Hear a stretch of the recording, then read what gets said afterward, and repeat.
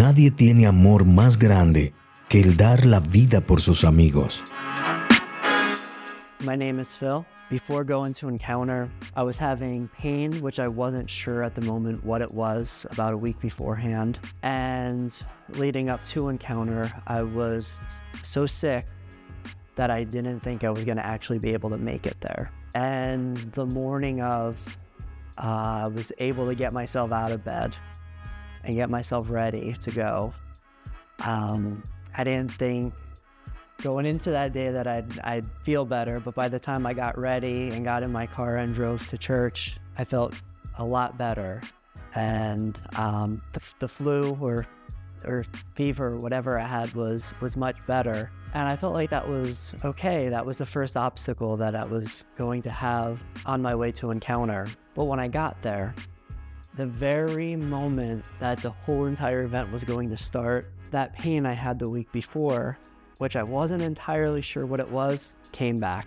And at this point, I knew what it was because I had this happen to me 5 years earlier.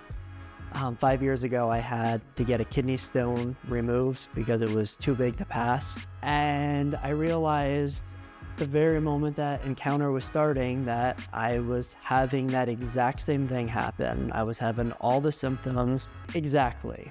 It measured up to exactly what my doctor had told me 2 years ago in my last appointment, that said, if this happens again, I'll see you again because you won't be able to pass this next kidney stone. And I just knew that God wanted me to be here. So this is where I just put my trust in Him. I just went in the bathroom and I just said, God, we're gonna have to pass this kidney stone here. I am not going to the hospital.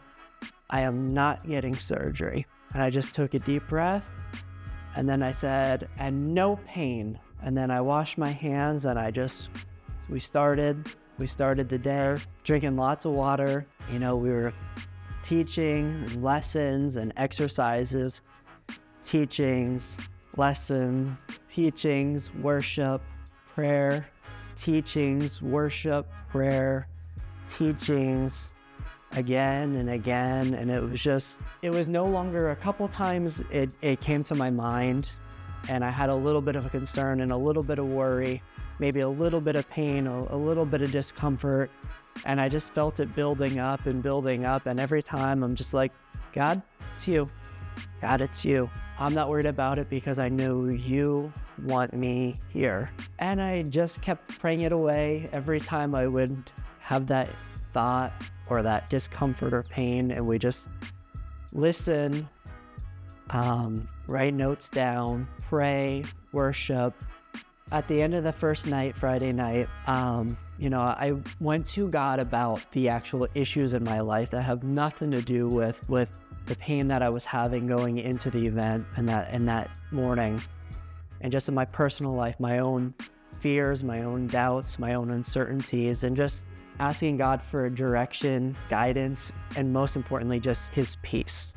And while praying, the Holy Spirit just gave me that peace. And when I went back to my room that night, I reread a couple chapters in Acts, and I was just up and I felt good. I just felt the Spirit. I was just at peace. And then I was like, I'm just gonna try to use the bathroom one last time. And then I went into the bathroom and everything worked and functioned 100% the way it should, without any problems, without any pain. And I had passed a kidney stone, which was way too big to pass. I felt zero pain whatsoever. And the only way I even knew that I passed it is because I heard the noise that it made in the toilet when it hit. And it was just so amazing that I'm just sitting there like, wow, God, like I see this size of this. This is the same size of basically almost the exact same size of the one I needed to get removed. It was a little narrower, but it was much longer. And so I don't know how, other than God, it would be possible that something like this could happen. And I wasn't sure why. I felt like God wanted me to go to this event that I honestly wasn't 100% sure what it was, because I didn't even look into it. I didn't read it.